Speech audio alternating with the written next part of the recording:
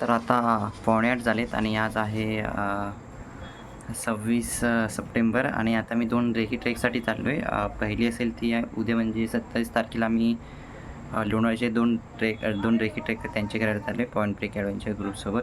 So जे उद्या 27 तारखेला आपण 5 टाकी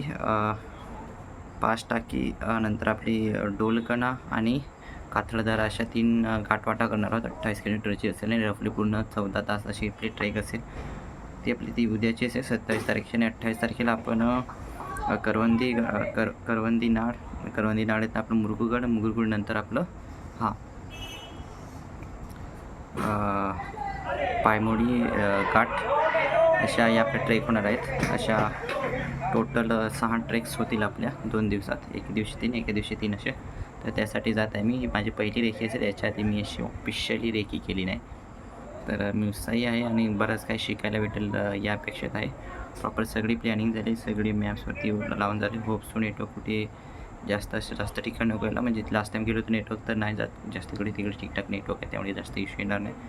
आणि पाऊस कमी असेल याच्यापेक्षा जसं लास्ट टाईम होतं तसं. आणि खूप उत्साही, खूप जास्त शिकायला भेटेल अशी अपेक्षा आहे.